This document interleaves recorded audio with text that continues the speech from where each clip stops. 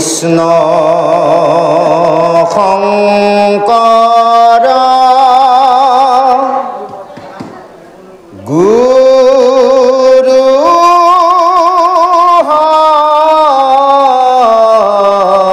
হৰি ৰাম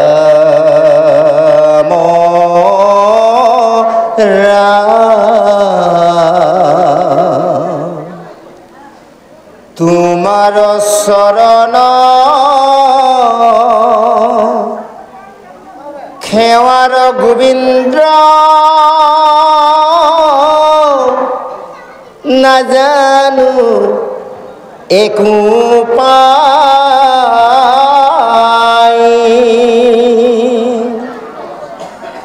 যিমতে খেৱাটো ৰহিব কৰুণা কৰিতে হৰি জুয়াই ও ৰাম কৰিতে হৰি জুয়াই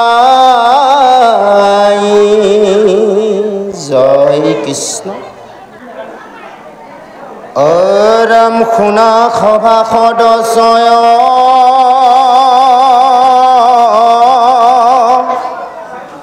ইটো কথা বেদময় ভাগৱত শাস্ত্ৰত প্ৰধান অনুজত শাস্ত্ৰ স্বয়ং হবে আকে প্ৰকাশয় মিলে অপয়াসে তীব্ৰ জ্ঞান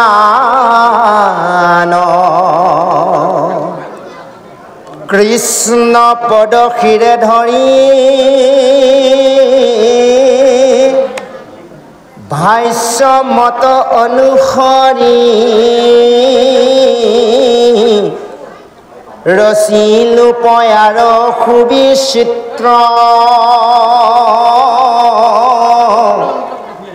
পাতকৰ যমসম যেন অগ্নি নিৰূপম দুৰ্জনকো কৰয় পবিত্ৰ হেন জানি বুদ্ধ জন হুয়ো সবে শুদ্ধ মন এৰিৰুকো নিদ্ৰা অবিচাৰে দুৰন্ত অগাধ বুধ হুয়ো সবে শুদ্ধ মন কোনে সাংগে কৰি বা পাৰে তথাপি বিচাৰ কৰি কিছু অৰ্থ অনুসৰি প্ৰবন্ধে কৰিলো প্ৰচাৰ যদি অল্প জনে আত অভিনন্দা নকৰয় তাক কষ্ট নাহি কে আমাৰ জয় কৃষ্ণ হে গুৰু সমস্ত আই মাতৃ সমস্ত ইতিমধ্যে চতুৰ্থ স্কন্ধৰ ভাগৱতৰ এই দুলৰী চন্দৰ শেষত আজি কবিজনাই আমাৰ সমস্ত জনলৈ অকণমান উপদেশ আগবঢ়াইছে এই যে ভাগৱতৰ যিটো অধ্যায় শেষত যিখন উপদেশ দিয়ে অধ্যায় কি বুজালে আমাক ইয়াৰ মূল ভাৱটো উপদেশত দিয়া আছে আমি অধ্যায়ৰ কাহিনী কিবা বুজিলো নুবুজিলো ডাঙৰ কথা নহয় কিন্তু ইয়াৰ যিটো উপদেশ ইয়াক আমি গুৰুত্ব সহকাৰে শ্ৰৱণ কীৰ্তন কৰি জানি বুজি জীৱনত প্ৰয়োগ কৰিব লাগে সেইকাৰণে কৈছে হে সভাসদ লোক সমস্ত যিমানবোৰ কোৱা হৈছে কৃষ্ণ কথা এয়া সকলো বেদময় আৰু সকলো হৈছে ভাগৱত শাস্ত্ৰৰ প্ৰধান ধৰ্ম সেইকাৰণে কৈছে অইনৰ যিমানবোৰ শাস্ত্ৰ আছে সকলোতে যিমানবোৰ প্ৰকাশ পাইছে সেয়াত কি হৈছে দিব্য জ্ঞান মিলে সেইকাৰণে এই ভাগৱত শাস্ত্ৰ 4খন বেদৰ মূল সাৰ এতিয়া আপোনালোক আমি সমস্তই 4খন বেদ একত্ৰিত কৰি ইয়াক শ্ৰৱণ বা কীৰ্তন কৰি বুজি পোৱা আমাৰ বাবে সম্ভৱ নহয় সেইকাৰণে শংকৰদেৱ গুৰুজনাই বিভিন্নজন গুৰুক একত্ৰিত কৰি আজি এই ভাগ শাস্ত্ৰ সংস্কৃতৰ পৰা অসমীয়ালৈ অনুবাদ কৰি আমাৰ সমস্তলৈ অৱদান দি থৈ গৈছে সেইকাৰণে আমি এই ভাগৱত শাস্ত্ৰ শ্ৰৱণ কীৰ্তন সাধুসংগ কৰাৰ সময়ত কায় বাক মন এক কৰি একনিষ্ঠভাৱে শ্ৰৱণ কীৰ্তন কৰিব লাগে তেহে আমি ভাগৱতৰ ফল পাম আৰু যদি ইয়াকে নকৰোঁ এই অনুষ্ঠানত থাকি কথা যদি পাতি থাকোঁ যদি ক'ৰবালৈ কিবা বিষয়ক মনত পেলাই থাকোঁ ইয়াত থকা আৰু নথকা ইয়াৰ মাজত পাৰ্থক্য নেথাকে সেইকাৰণে কৈছে নামৰ কীৰ্তন কৰন্তে আন মন কৈ নুশুনে কাণে অধুক যাইবে হৈবে কলা কাণত বাইবে তপত হলা গতিকে সাৱধান হ'ব লাগিব শ্ৰৱণত এতিয়া কীৰ্তনত কৈছে নাহিকে শ্ৰদ্ধা নপাতয় কাণ তাকৰ যদি দে নামক দান সিও নামৰ মহা অপৰাধী তাক কি পায় নামে বাধি এতিয়া চাওকচোন ইমান কষ্ট কৰি আপোনালোকে অনুষ্ঠানটো আয়োজন কৰিছে আইসকলৰ ফালে অলপ হুলস্থুল আছে সেইকাৰণে কৈছোঁ কথাটো আমাৰ প্ৰভুসকল ঠিকে আছে কাৰণ কি হ'ব জানে মিছাতে শ্ৰম কৰা হ'ব গতিকে এই শ্ৰমটো বিঠাই নেখেদিব কথা পতাৰ সময় বহুত পাব গতিকে আমি আৰু এটা অনুৰোধ জনাওঁ চাহ পানীটো বাহিৰত খোৱাৰ ব্যৱস্থা কৰক ভাগৱতত লিখিছে ইয়াত নামঘৰৰ ভিতৰত চাহ খোৱাটো এলাউড নাই চাহ তামোল তালৈ মাতি 2-4জনকৈ খোৱাক তাৰমানে কি হয় জানে ওচৰতে দুজনে একান্ত শ্ৰৱণ কৰি আছে ওচৰতে চাহ তামোল উলিয়াই দিলে সেইকেইজন অন্যমনস্ক হৈ যায় সেইকাৰণে কৈছে ইয়াক এৱা ঘৰৰ জলৰ লগত তুলনা কৰিছে যেনেকৈ এৱা ঘৰৰ জলত জল থলে ঘৰটোতো নষ্ট হ'বই ঠাইখিনিকো নষ্ট কৰে অৰ্থাৎ এই 2-এজনৰ কাৰণে ওচৰত থকা কেইজনো অশান্তি হ'ব আমি অনুৰোধহে জনাইছোঁ পাৰিলে আপোনালোকে এই ব্যৱস্থাটো ভিতৰতে 2-4জনকৈ মাতি খোৱাৰ ব্যৱস্থা কৰক যা হওক আজি শাস্ত্ৰই এই কথাখিনিকে কৈছে যে সমস্ত শাস্ত্ৰত দিয়াৰ যিবোৰ প্ৰকাশ পাইছে বাক্য শব্দৰ এই সমস্তৰ ওপৰত দিব্য জ্ঞান লাভ হয় আৰু কৃষ্ণৰ চৰণত শিৰণত হয় আজি এই গুৰুজনাই কৈছে মই এইকণ ভাষ্যৰ অনুসৰি মই ৰচনা কৰিলোঁ সেয়াই হৈছে পাপৰ কাৰণে হৈছে কালান্তক জম কোন হৰিনামে হৈছে পাপৰ কাৰণে কালান্তক জম এই হৰিনাম লোৱাৰ লগে লগে হৰিনামৰ ধ্বনি শব্দৰ শুনাৰ লগে লগে যিমান পাপ থাকে দূৰলৈ পলাই গুচি যায় সেইকাৰণে একজনে যদি নামৰ উচ্চাৰ হয় শুনে মানে যত পাপৰ দূৰ হয় নহয় জানো বাৰু যে এজনে নাম উচ্চাৰণ কৰিলে যিমান দূৰলৈ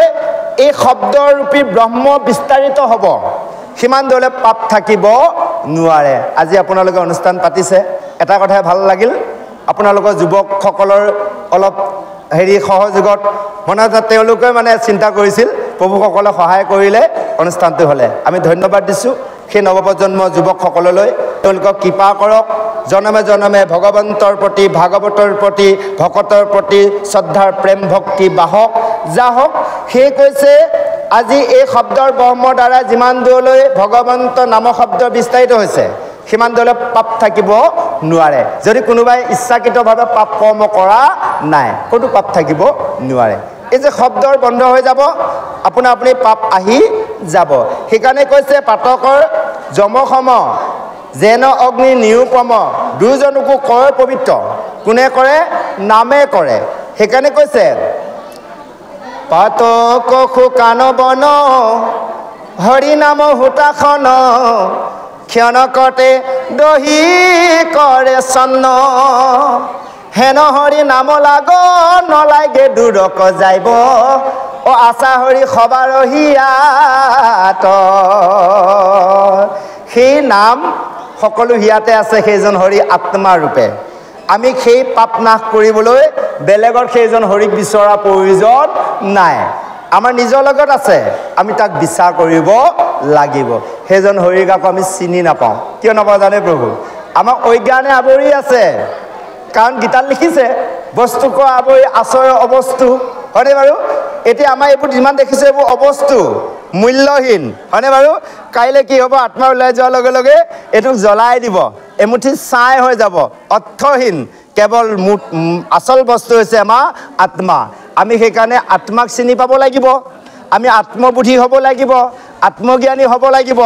এই আত্মাক আমি চিনিবৰ কাৰণে জানিবৰ কাৰণে আত্মাক পাবৰ বাবে সেইকাৰণে আমি কি কৰিব লাগে আমাৰ মনুষ্যসকলৰ মূল কৰ্ম ধৰ্ম হৈছে 5টা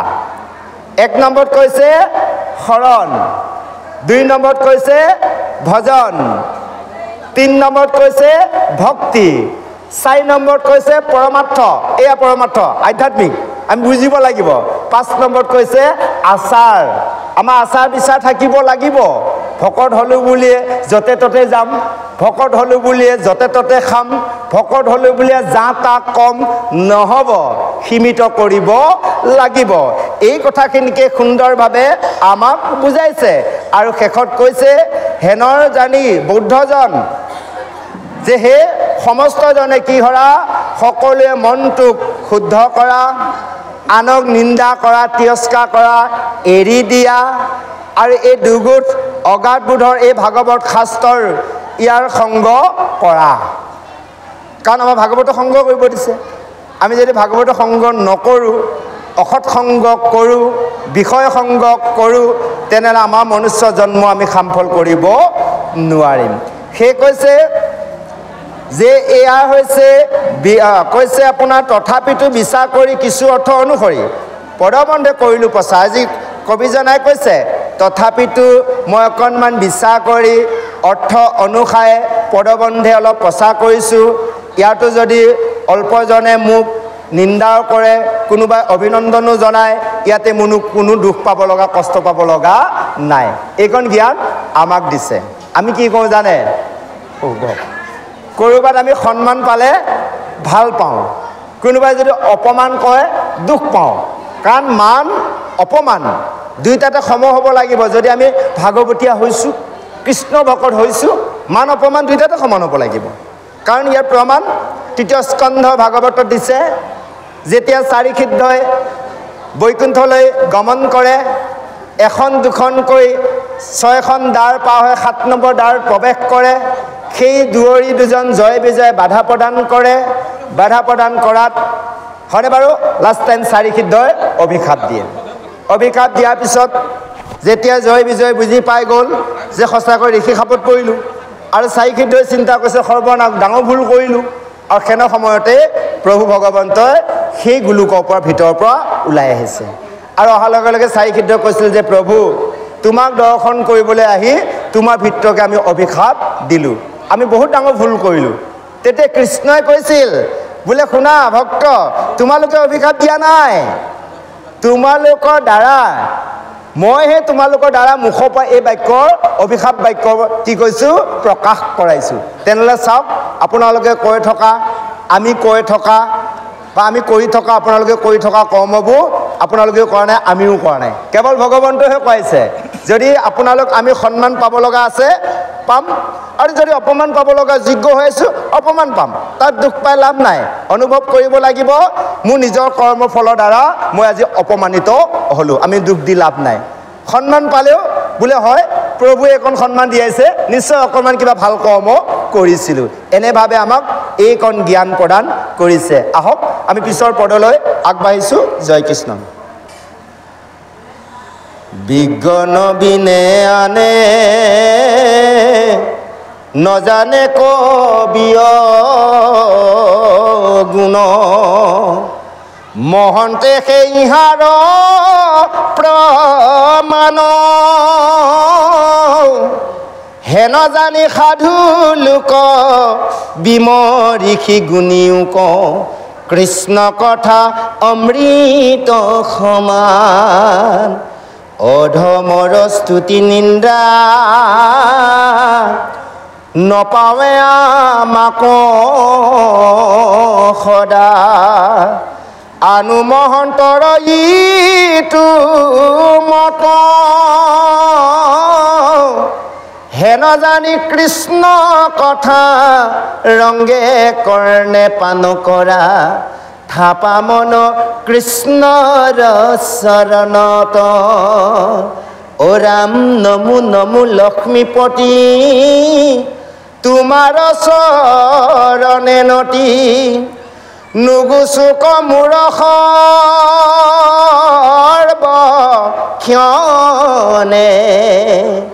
তুমি মোৰ নিজ নাথ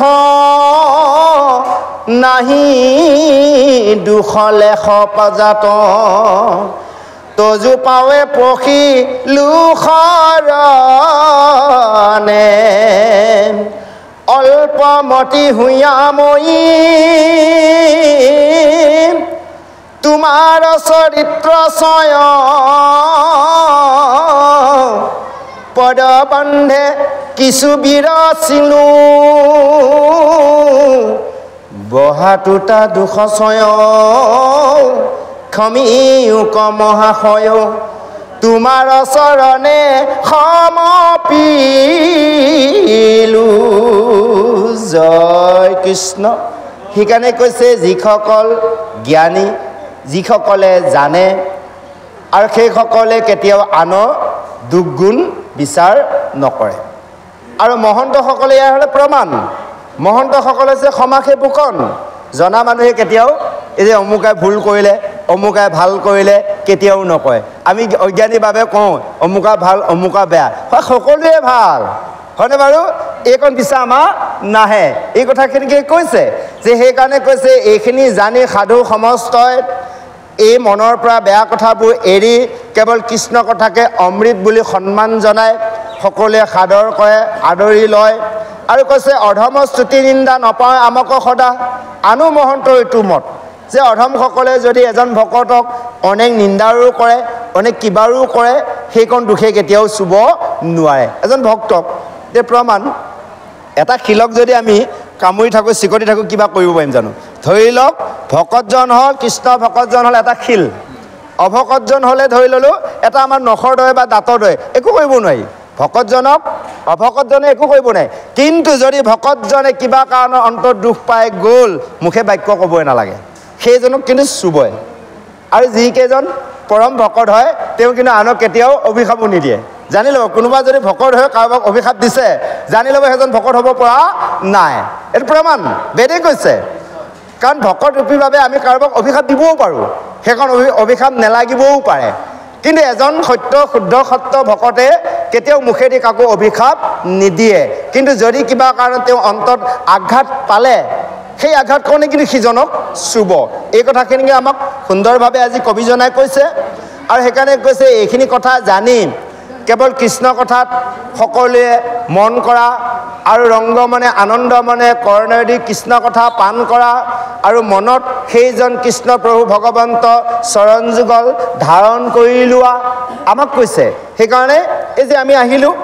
ইয়াত সমস্ত একত্ৰিত হ'লোঁ এই আসন বসন ল'লোঁ ইয়াতে এটাই কথা কি আমি কৃষ্ণক চিন্তা কৰিম আমাৰ এই চৰণ যুগল ভগৱন্তৰ আমাৰ এই হৃদয়ত আমি স্থাপন কৰি ৰাখিব লাগিব যদি আমাৰ হৃদয়ত ভগৱন্তৰ চৰণ যুগল ৰাখিব পৰা নাই ইয়াত বেছি সময় বহি থাকিব নোৱাৰে গম পাইছেনে আমি অহাৰ পৰা লক্ষ্য কৰিছোঁ আৰু লক্ষ্য কৰি থাকিম থকা সময়খিনিলৈ কেইজন কিমান বাহিৰলৈ অহা যোৱা কৰে কাৰণ ভগৱন্তৰ হৃদয় মানে চৰণ হৃদয়ত ৰাখিব পৰা নাই যাৰ হৃদয়ত ভগৱন্তৰ চৰণ থাকিল সি আৰু কলৈকো যাব নোৱাৰে ইয়াৰ প্ৰমাণ এটা সৰু কাহিনী আমি আৰম্ভ কৰোঁ যে বৃন্দাবনৰ এজন ভক্তৰ বৃন্দাবনৰ ভক্ত মানে কৃষ্ণ ভক্ত আৰু অযোধ্যাৰ এজন ভক্ত অযোধ্যাৰ ভক্ত মানে ৰাম ভক্ত সেই অযোধ্যাৰ এজন সন্ন্যাসী ভক্তৰ আহিছিল বৃন্দাবনলৈ আৰু বৃন্দাবনজনে কৃষ্ণক ভজনা কৰি আছে কাৰণ ভকতৰ ওচৰলৈ ভকত আহিব হয়নে বাৰু এজন যদি ক'ৰবালৈ যায় এনেকুৱা এজনকে পাব হয়নে বাৰু আৰু যদি এনেকৈ কৰি ফুৰা এজন ক'ৰবালৈ যায় সি সেইজন বন্ধুকে পাব হয়নে বাৰু গতিকে এই যে ভক্তজনে লগ লাগিলে তেতিয়া বৃন্দাবনজনক অযোধ্যাজনে সুধিছিল বোলে বান্ধৱ তুমি কাক ভজা বোলে মই কৃষ্ণক ভজো আৰু তুমিনো কাক ভজা অযোধ্যাজনক সুধিলে অযোধ্যাজনে ক'লে বোলে মই ৰাম প্ৰভুক ভজো তেনে অযোধ্যাজনে ক'লে বৃন্দাবনজনক কৃষ্ণ ভক্তজনক বোলে বান্ধৱ মোৰ অকণমান মনত সংশয় হৈছে বোলে কি সংশয়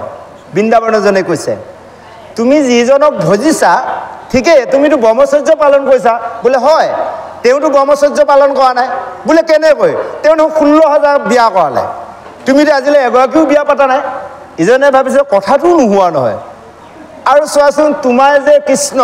তোমাৰ যে প্ৰভু সদায় বেকা দেখোন হাঁহিটো বেকা কমৰটো বেকা কৰি থাকে হয়নে বাৰু চৰণ দুভাগিও বেকা কৰি থাকে হাতকেইখনো বেকা কৰি থাকে আৰু দেখিছে কেশবিলাকো বেকা বেকি চুলিবিলাক আৰু কৈছে মোৰ ভাল লগা নাই কথাটো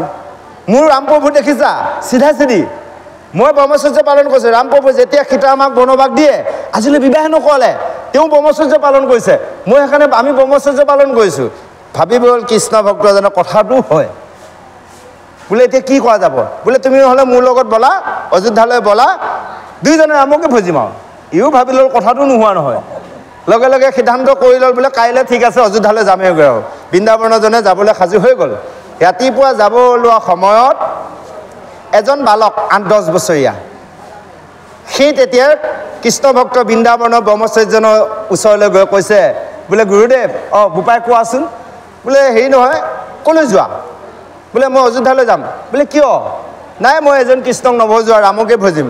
হয় নেকি বোলে ঠিক আছে বাৰু যাবা তুমি এটা কাম কৰি দি যোৱা মোক বোলে কি কাম মই এই কুঁৱাটোত পানী উঠাবলৈ যাওঁতে বাল্টিটো পৰি গ'ল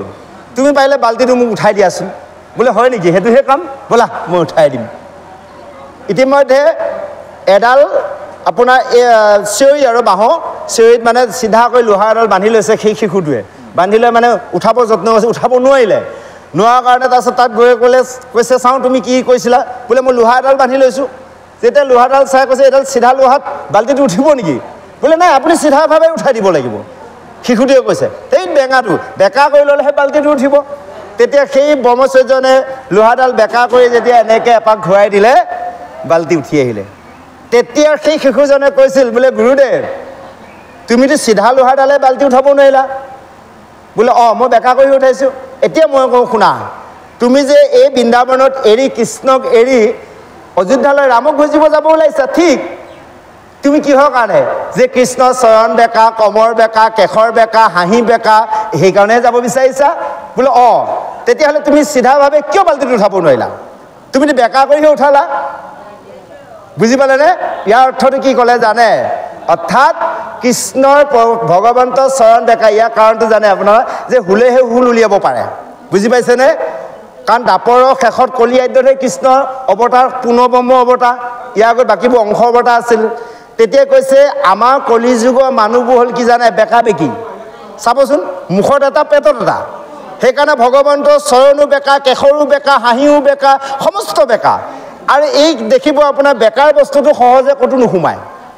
চিধা বস্তু এটা আপুনি ভিতৰত সোমাই ল'লে চিধা সোমাই লৈ যাব বেকা বস্তুটো অ'ত লাগিব তত লাগিব খুব যত্ন কৰি সোমোৱা যায় সোমোৱাৰ পিছত আৰু উলিয়াব পৰা নাযায় বুজি পাইছে ভগৱন্তৰ কৃষ্ণ চৰণক আমাক হৃদয়ত ৰাখিব দিছে এই বেকা চৰণ সহজে আপোনালোকৰ আমাৰ হৃদয়ত নোসোমাব আৰু ইয়াক যদি সোমোৱাই ল'ব পাৰিলে ওলাই নাযাব আমাৰ এইসকল বান্ধৱক দেখিছে ভগৱন্তৰ বেকা চৰণ সোমাই গ'ল ভাগৱত বুলি ক'লে দিনে ৰাতিয়ে ক'ৰ অমুকত বোলে হ'ব যামেই উপযুক্ত সময়ত ওলাবই বুজি পালে আমাক কি হয় জানে ভাগৱত সেই নাযাওঁৱে দে আৰু হয়নে বাৰু অজুহাত আহিবই সেইকাৰণে কৈছে আমাৰ মানুহৰ 3খন হাত সোঁ হাত বাওঁ হাত আৰু এখন হাত আছে সেইখন নিজে নিজেহে দেখা পায় সেইখনক কৈছে অজুহাত এনেই উলিয়াই ল'ব এই মোৰ অমুকে ভেজাল তমুকে ভেজাল বুজি পাইছে সেইকাৰণে কৈছে এয়া ভগৱন্তৰ চৰণ কৈছে হেন জানি কৃষ্ণ কথা ৰংগে কৰ্ণে পান কৰা থাপা মন কৃষ্ণ চৰণত গতিকে এই যে কৃষ্ণৰ চৰণ যদি আমি হৃদয় যুগলত ৰাখিব লগা হয় ইয়াতে বেকা বেকি কৰি বেঙা বেঙি কৰি থাকিলে একো কামত নাহিব একান্তৰভাৱে কায় বাইক মন এক কৰি কৃষ্ণক চিন্তা কৰি চৰণ যুগল আমি চিন্তা যদি কৰোঁ হৃদয়লৈ আহিব লাহে লাহে যেতিয়া আহি যাব ভকত ভাগৱত কৃষ্ণ কথা বুলি কোৱাৰ লগে লগে সকলোৱে পাগল হৈ থাকিব লাগিব যাই হওক গুৰু সমস্ত আই মাতৃ সমস্ত আহক আৰু অকণমান পৰে এই ওপৰতে খামনি পৰিছে নমো নমো লক্ষ্মীপতি তোমাৰ চৰণে ৰতি নুগুচুক মোৰ সৰ্বক্ষণে তুমি মোৰ নিজ নাথ নাহি দুখলে সজাত তজু পাৱে পখিলো ৰনে অল্পমতি হুয়া মই তোমাৰ চৰিত্ৰ ছয় পদবন্ধে কিছু বিৰচিলো বহাটোতা দুখ ছয় ক্ষমী মহাশয় তোমাৰ চৰণে পিলু কাণ দুই চৰণত সাধাজত মনোৰথ সমস্তে সিজিল অপয়াসে আন আসনতে থাকি ডাঠি বাসুদেৱ বোলা ডাকি তৰিবা সংসাৰ নায়কে কৃষ্ণ শংকৰ গুৰু হৰি ৰাম ৰাম ৰাম জয় কৃষ্ণ আজি কবিজনাই সেইজন ভগৱন্তৰ চৰণত কৈছে নমো লক্ষ্মীপতি তোমাৰ চৰণত যাতে মোক সদায় নতি থাকে যাতে সকলো সময়তে তোমাৰ চৰণ চিন্তা কৰিব পাৰোঁ মোৰ মনৰ পৰা এনে ভাৱনা কেতিয়াও আঁতৰি নাযায় আমিও ভগৱন্তক এনেভাৱে বুজিব লাগিব যে ৰাতিপুৱা যেতিয়া আমি গুৰু সেৱা কৰোঁ গুৰু সেৱা কৰাৰ সময়ত আমি ভগৱন্তক ক'ব লাগিব প্ৰভু ৰাতি টোপনি আৰু মৰা সমান হয়নে বাৰু যে প্ৰভু আজি ৰাতিপুৱা সূৰ্যৰ ভাগ নেদেখিম বুলি ভাবিছিলোঁ তুমি যে এইকণ কৃপা কৰালা অ' প্ৰভু এয়া তোমাৰ মায়া সংসাৰত জৰ্জৰিত হৈ আছোঁ এয়া তোমাৰ কৰ্ম কৰাৰ পিছত প্ৰভু বিষয় কৰ্মত জৰ্জৰিত হ'ম যোনফালে ওলাই নাযাওঁ যাতে তোমাৰ ভক্ত দৰ্শন পাওঁ এই কাৰণে যাতে তোমাৰ মানে কথা শ্ৰৱণ কৰিব পাৰোঁ আৰু যাতে তোমাৰ ভক্তকে সেৱা কৰাৰ সুবিধা পাৰোঁ তোমাৰ কৰ্ম কৰাৰ সুবিধা পাওঁ এইকণ মোক কৃপা কৰা জানি ল'ব দিনটো একো বিপদ বিঘিনি নহয় কোনো কাৰণতে নহয় আমি কি বিচাৰোঁ ঘৰখনৰ অপায় মংগলৰ বাবে ল'ৰাটো ছোৱালীজনী বোৱাৰীজনী নাতি পুতি ঐশ্বৰ্য বিভূতি ভগৱন্তক আমি তেনেভাৱেই বুজিছোঁ এয়া সকাম ভক্তি আমি তৰিব নোৱাৰোঁ আমি নিষ্কামভাৱে বিচাৰিব লাগিব কেৱল প্ৰভু তোমাৰ চৰণ সেৱা কৰা তোমাৰ ভক্ত সেৱা কৰা তোমাৰ ভক্তক দৰ্শন কৰা তোমাৰ কথাৰ শ্ৰৱণ কৰা এইকণহে আমি মাগিব লাগে ভগৱন্তক বিচাৰিব লাগে আমি ভগৱন্তৰ দ্ৰব্য বিচাৰিছোঁ ভগৱন্তক বিচৰা নাই অৰ্থাৎ দেউতাক সম্পত্তি বিচাৰিছোঁ দেউতাক আমি বিচৰা নাই পুতেকহঁতক বাপেকৰ সম্পত্তি লাগে মাক বাপেকে যে বৃদ্ধ অৱস্থাত অলস অৱস্থাত চাব যে লাগে এইখন দায়িত্ব নাই আমাৰ সেই গতি ভক্তি হৈছে হয়নে প্ৰভু ভগৱন্তক আমি দ্ৰব্য বিচাৰি আছোঁ ভগৱানক কোনজনে বিচাৰিছোঁ যে ভগৱন্তই কৈছে মোক বিচৰা সমস্ত পাবা আজি কৈছে যে নমো লক্ষ্মীপতি তোমাৰ চৰণে নতি নুগুচুক মূৰ সৰ্বক্ষণে গতিকে সেইজন লক্ষ্মীপতি ভগৱন্ত প্ৰসন্ন ভৰিলে দুৰ্লভ কিছু নাই বুলি কৈছে তে সেইজন ভগৱন্তক আমি প্ৰসন্ন কৰিব পাৰিছোঁ নে নোৱাৰোঁ অ' দ্ৰব্যখিনি লাগে ভগৱন্তক নেলাগে সেইকাৰণে কৈছে ঐশ্বৰ্য বিভূতি কি দিব তোমাকো আপুনি লক্ষ্মীপতি কিবা স্তুতি নতি কৰিব তোমাকো যাৰ ভাজ্যা সৰস্বতী গতিকে যদি সেইজন ভগৱন্তৰ কৃপা থাকে আপোনাৰ লক্ষ্মী আপোনাৰ ঘৰত আমাৰ ঘৰত নদন বদন হ'ব সেইজন ভগৱন্তৰ যদি কৃপা থাকে আপোনাৰ আমাৰ সকলৰ মুখত সৰস্বতীত লাগিয়ে থাকিব এনি টাইম হয়নে বাৰু ভগৱন্ত য'ত আছে এক্সট্ৰাকৈ যদি আমি লক্ষী পূজা কৰিছোঁ সৰস্বতী পূজা কৰিছোঁ কৃষ্ণক যদি সন্তুষ্ট কৰিব পৰা নাই কৃষ্ণই কি ক'ব জানে বোলে হেৰা দেৱী সেইজন মোৰ একান্তৰ বিৰোধী একেবাৰে যাব নোৱাৰিবা তুমি যাব পাৰিবনে লক্ষীও যাব নোৱাৰে সৰস্বতীও যাব নোৱাৰে যিমানে আমি লক্ষ্মী সৰস্বতীক পূজা নকৰোঁ যদি ভগৱন্তক আমি সন্তুষ্ট কৰাব নোৱাৰোঁ প্ৰমাণ প্ৰভুজনক ভাল পোৱাজনে আইগৰাকীয়ে যদি কয় বোলে তেওঁৰ ঘৰত মই নাযাওঁ, প্ৰভুজনে ক'ব নাই নাই মোৰ মান সন্মানৰ কথা তুমি যোৱা, লগতে যাব লাগিব। আৰু যদি আইগৰাকীয়ে যাব বিচাৰে প্ৰভুজনে কয় বোলে নাই এজন মোৰ বিৰোধী একেবাৰে যাব নোৱাৰিবা, তাই যাবই নোৱাৰে, হয়নে বাৰু? তদনুৰূপ আমি ভগৱন্তক যদি প্ৰসন্ন কৰিব পাৰোঁ, ভগৱন্তক যদি সন্তুষ্ট কৰিব পাৰোঁ, আমাৰ প্ৰতি নদন বদন সমস্তজনে কৃপা কৰিব। সেইকাৰণে আমি অইনক মানে সন্তুষ্ট কৰাৰ আগত আমি ভগৱন্তক সন্তুষ্ট কৰিব লাগে। ভগৱন্তক সন্তুষ্ট হ'লে 33 কোটি দেৱৰ সন্তুষ্ট হ'ব। এইখিনিকে নকৰি আমি পৃথকে পৃথকে পুজিছোঁ, একো ডাঙৰ কথা নহয়, পূজক সন্তুষ্ট কৰিব পাৰিছোঁ নে নহয়? আচল কথা সেইটোৱে, গোটেইসকলক সন্তুষ্ট কৰিব যোৱালে জীৱনটো শেষ হৈ যায়, কাকো সন্তুষ্ট কৰিব পৰা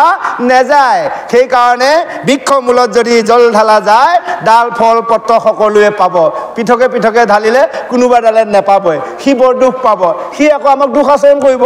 এজনক পুজিলোঁ, এজনক যেতিয়া পূজাৰ বেয়া খেলি মেলি কৰিলোঁ, সেইজনে দুখ আচৰণ কৰিব। এইবিলাক অপায় অমংগল মাৰোঁতে মাৰোঁতে লেঠা মাৰোঁতে মাৰোঁতে জীৱন যাব, কিন্তু আত্মাক গতি দিয়া আমাক সময় নহ'ব। সেইকাৰণে কৈছে কৃষ্ণক পুজিলে পূজা সমস্ত হয়, পৃথকে পুজিলে পূজা কেহুৱে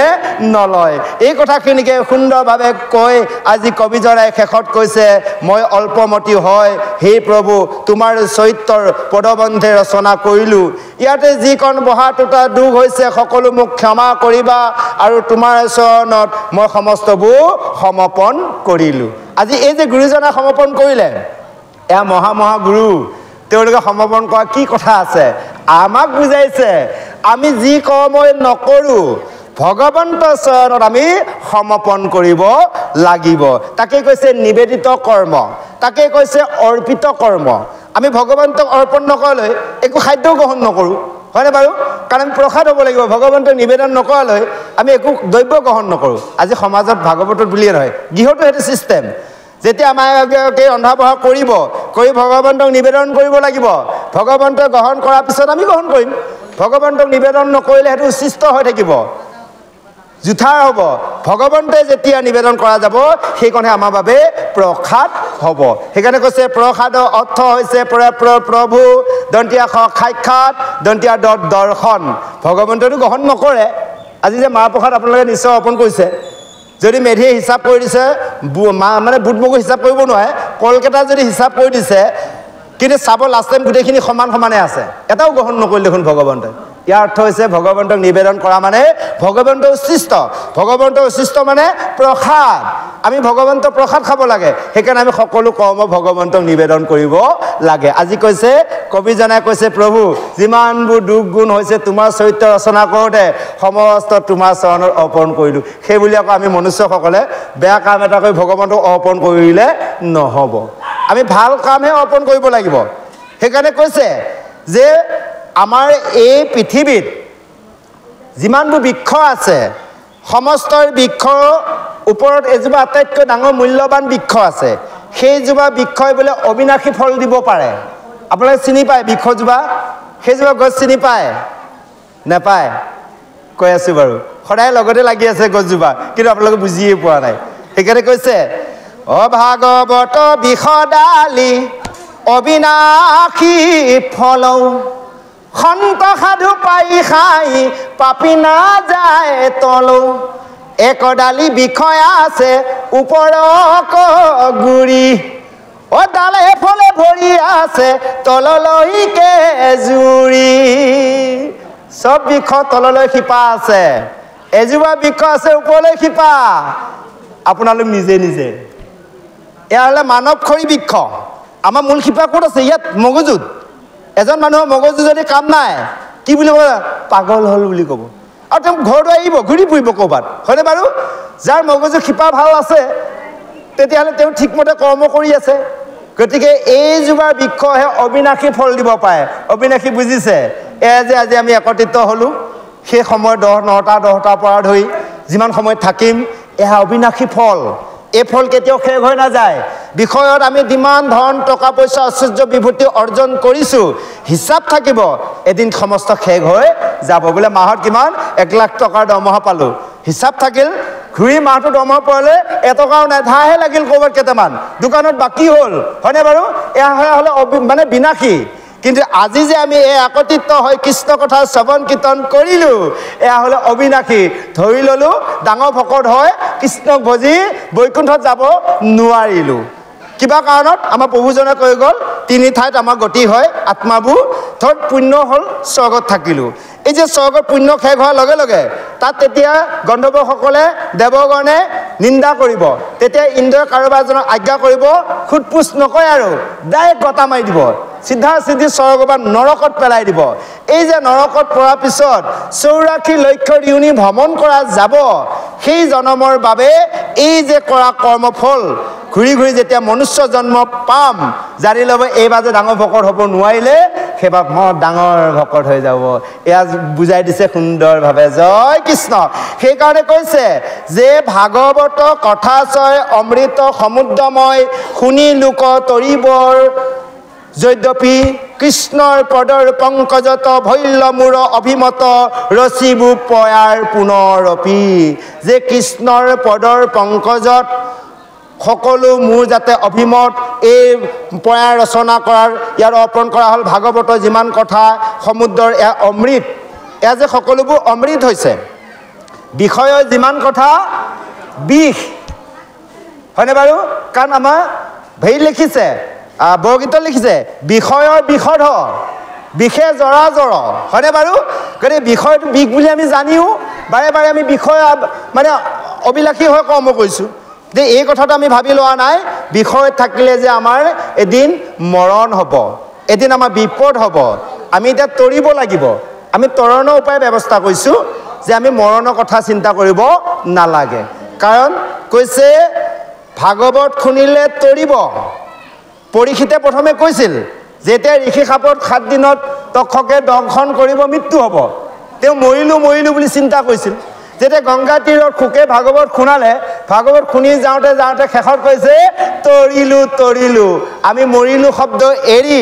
তৰিলোঁ শব্দ ল'ব লাগিব। আমাৰ বান্ধৱসকলে এটাই সিদ্ধান্ত, সকলোৱে একান্তৰভাৱে ভাগৱত শ্ৰৱণ কীৰ্তনত লাগিছোঁ, সাধুসংগ কৰিছোঁ। অন্তিম সময়ত সেই বৈকুণ্ঠৰ ধাম, পৰম প্ৰভু ভগৱন্তৰ ধাম বৈকুণ্ঠ, যাক ভগৱন্তৰ বাবে পূৰ্বতে নিৰ্মাণ কৰি থৈছে, তালৈ যাম। আমাৰ লক্ষ্য সমস্তজনৰ এয়াই হৈছে। জয় কৃষ্ণ। সেইকাৰণে শেষত কৈছে যে কলি যুগটো হৈছে পাপৰ মতি, ধৰ্ম কৰ্ম একোৱেই নিখিজে, কেৱল বিষয় অগণীয় সকলোকে পুৰি থাকে। চাবচোন অকণমান ভাগৱত বা সাধুসংগ ভকত সংঘ থাকিলে কি কৰা যায় জানে? এই সোনকালে সামগ্ৰী দিয়ক, এই ঘৰত ঢেৰ লেঠা আছে। চাবচোন বাৰু, ইয়াতে পদত কৈছে কলি যুগে পাপৰ মতি, ধৰ্ম কৰ্ম নিখিজয়, বিষয় অগণি পুৰি মাৰে, কালসৰ্পে চুম্পি ফুৰে, জৈত পাৱে তৈত ধৰে, ভকতিকে তাহাক নিস্তাৰে। বুজি পাইছে? কৈছে এয়া কলি যুগটো হৈছে পাপৰ মতি। আপোনালোক আমি সমস্তই পাপ নকৰিলেও পাপ হ'ব দেই প্ৰভু। কিয় কৈছে জানে? এতিয়া আমাৰ ভকতসকলে কোনেও পাপ কৰ্ম নকৰে। যি ডেকা যৌৱন অৱস্থাতে যিসকলে কৰিল ভকতৰ ভিতৰত কৈ আছোঁ, অভকতৰ কথাটো বাদ দিয়ক, বুঢ়া বৃদ্ধ বয়সলৈও কোনোবা পাপ কৰিব পাৰে। কিন্তু ভকত হোৱাৰ লগে লগে তেওঁ নিকা হৈ গ'ল, পাপ নকৰে, কিন্তু তথাপিতো পাপ হ'ব। কাৰণ কিয় পাপ হ'ব জানে? দৰ্শনত পাপ। বুজি পাইছেনে? এতিয়া কলি যুগ যিটো পৰিস্থিতি চলি আছে, আপোনালোক আমি সমস্ত ওলাই যোৱাৰ লগে লগে ৰাস্তাত এই যে ঘূৰি ফুৰোঁ, কিমান বেয়া দৃশ্য দেখা পাওঁ। এই যে দৰ্শনত পাপ আহি গ'ল। ইয়াৰ পৰা পৰিত্ৰাণ পাবলৈ আমি ভগৱন্তক স্মৰণ কৰিব লাগিব, ভগৱন্তৰ নাম উচ্চাৰণ কৰিব লাগিব, কীৰ্তন কৰিব লাগিব। এয়া হ'লে দৰ্শনত পাপ। তাৰপিছত কৈছে শ্ৰৱণত পাপ। কি শ্ৰৱণ জানে? বেলেগৰ কথা বাদ দিলোঁ, ওচৰতে এঘৰ সদায় কাজিয়া লাগি থাকে, বেয়া শব্দকে মাতি থাকে, এই যে আপুনি শুনি আছে, আহি গ'ল পাপ। মানে শ্ৰৱণত পাপ। শ্ৰৱণত যেতিয়া পাপ আহি গ'ল, তাৰ পৰা পৰিত্ৰাণ পাবলৈ সেইকণ সময়ত ভগৱন্তৰ নাম ল'ব লাগিব, ভগৱন্তক স্মৰণ কৰিব লাগিব। এয়া হ'লে দৰ্শন শ্ৰৱণ। তাৰপিছত কৈছে কীৰ্তনত পাপ। মুখেদি যদি কাৰোবাৰ বেয়া কথা পাতিলে, কাৰোবাক গালি পাৰিলে, বেছিকৈ বিষয়ৰ কথা পাতিছে, তেতিয়াহ'লে এয়া কীৰ্তন। মুখেদি কোৱা মানে কীৰ্তনত পাপ আহি গ'লগৈ। গতিকে সেইকাৰণে আমি ভগৱন্তৰ নামৰ দ্বাৰা কীৰ্তন কৰিব লাগে। কাৰণ আমি কথা ক'লে ভগৱন্তৰ নামৰ দ্বাৰা ভগৱন্ত অৰ্পণ কৰি, বোলে ভালে আছেনে? এই প্ৰভুৱে ৰাখিছে দিয়ক। ভাত খালেনে? এই প্ৰভুৱে কেইটামান খোৱালে দিয়ক। অমুকলৈ যাবনে? এই ঈশ্বৰে নিয়ে যদি যাম দিয়ক। গম পালেনে কাৰণ প্ৰতিটো শব্দৰ আগত ভগৱন্তক যদি নামটো লোৱা যায় তেনেহ'লে সেই কোনো কীৰ্তনলৈ ৰূপান্তৰ হ'ব সেইকাৰণে কৈছে শব্দত যদি আমি মানে ভক্তি ব্যৱহাৰ কৰোঁ তেতিয়াহ'লে কীৰ্তনলৈ ৰূপান্তৰ হ'ব যাত্ৰাত ক'ৰবালৈ ভ্ৰমণ কৰিব যাওঁতে যদি আমি ভক্তি ব্যৱহাৰ কৰোঁ তীৰ্থযাত্ৰালৈ ৰূপান্তৰ হ'ব হয়নে বাৰু খাদ্যত যদি আমি ভক্তি ব্যৱহাৰ কৰোঁ তেতিয়া প্ৰসাদলৈ ৰূপান্তৰ হ'ব আমি কৰা বিষয় কৰ্মবোৰ যদি ভক্তি ব্যৱহাৰ কৰোঁ তেনেহ'লে ভগৱন্ত কৰ্মলৈ ৰূপান্তৰ হ'ব এনেভাৱে আমাক ভক্তি ব্যৱহাৰ কৰিবলৈ এই কলি যুগত কৈছে যদিও আমি এনেভাৱে যিমান কৰ্ম নকৰোঁ ধৰ্ম কৰ্ম কেতিয়াও সিদ্ধ নহয় বাৰে বাৰে বিষয় আমাক টানি থাকিব আৰু যে এই কাল সৰ্প বুলি কৈছে কাল সৰ্পই আমাক মনে মনে চুপি ফুৰিছে কাল মানে হৈছে সময় বুজি পাইছে এদিন আপোনালোকে শিশু আছিল আমিও আছিলোঁ যৌৱন অৱস্থালৈ আহিলোঁ সংসাৰ কৰিলোঁ বাপেকি হ'লোঁ লাহে লাহে এতিয়া ককাৰো হ'বলৈ আৰম্ভ কৰিলোঁ ককানো কাক মাতে হয়নে বাৰু তেতিয়া ক'লৈ গৈ আছোঁ তাৰমানে আমাৰ জীৱনৰ বেলি ডুবিবলৈ গৈ আছে এতিয়াও যদি আমাৰ গাত জ্ঞান অহা নাই এতিয়াও যদি আমাৰ জীৱনৰ স্বভাৱ চৰিত্ৰ সলনি হোৱা নাই বাক্য সলনি হোৱা নাই খাদ্য সলনি হোৱা নাই তেনেহ'লে আমাৰ জীৱনটো একোৱে হোৱা নাই সেই কথাখিনিকে সুন্দৰভাৱে কৈছে শেষত কৈছে হে শুনিও ক সাধুগণ সকলোৱে মনটো সাৱধান কৰি শুনা কোন সময়ত ই প্ৰাণ গুচি যাব কোনেও ক'ব নোৱাৰা এই যিমানবোৰ দেখিছা ধন জন পুত্ৰ ভাইজা সকলো জলৰ দৰে যেনেকৈ জলৰ বুদু বুদু আহিল অলপ সময়তে নাইকিয়া হৈ গ'ল হয়নে বাৰু এই যে পুত্ৰ ভাইজা আমি মাজতে লৈ খোৱা আহোঁতে অকলে আহিছোঁ প্ৰত্যেকে হয়নে বাৰু প্ৰত্যেকে অকলে আহি কাক পালোঁ প্ৰথমে মাক লগ পাই গ'লোঁ মাছ কণ খাবলৈ আৰম্ভ কৰিলোঁ তাৰপৰা দেখিলোঁ বোলে দেউতাক চিনাকি কৰাই দিলে মায়ে তাৰপৰা বোলে ভাই বন্ধু কিবা কিবি চিনাকি কৰাই দিলে জীৱনটো আৰম্ভ হ'ল তাৰপিছতে আকৌ মাজতে লগ পালোঁ আমাৰ প্ৰভুসকলে পালে এগৰাকী ভাইজা এগৰাকীক আইসকলে পালে এজন স্বামীৰ মাজতে সেই দুজন আকৌ লগ লাগি গ'ল বোলে জীৱন মৰণ একো জীৱন মৰণ নহয় জীৱনটো জন্ম লওঁতে দেখোন নাই আধাতহে পাইছে হয়নে বাৰু সেইকাৰণে অৰ্ধাংগিনী বুলি কৈছে বুজি পাইছে আধা বয়সৰ পৰা লগ পোৱা হ'লে যে অৰ্ধাংগিনী বুলি কৈছে পূৰ্ণাংগ হ'ব লগা হ'লে একেলগে আহিব লাগিলহেঁতেন আধাতে জীৱনৰ আধাত লগ পাই গ'ল যেতিয়া অৰ্ধাংগিনী আকৌ তাক এৰি থৈ যাব লাগিব এই যে লগ পোৱাৰ পিছত এবছৰ বা 1.5 বছৰ 2 বছৰ পাৰ হোৱাৰ পিছত নতুন অতিথি এজন আহিব পুত্ৰ বা কইনা এগৰাকী হয়নে বাৰু এই মাজতে লগ হ'ল ধন জন যিমান পালে মাজতে পালে সেইকাৰণে আকৌ যোৱা সময়ত অকলে যাব লাগিব মাজতে এৰি থৈ যাব লাগিব কিন্তু আমি লৈ যাম কি আহিছিলোঁ বিবস্ত হয় কিন্তু অকণমান পুণ্য লৈ আহিছিলোঁ এই পুণ্যকণৰ দ্বাৰা আমি মনুষ্য জন্ম পাইছোঁ বহুজনে কয় যে খালী হাতে আহিছোঁ খালী হাতে আমি অহা নাই আপোনালোক অহা নাই কাৰণ অকণমান পুণ্য আনিছে কাৰণ পুণ্য নহ'লে মনুষ্য জন্ম কেতিয়াও নাপায় হয়নে বাৰু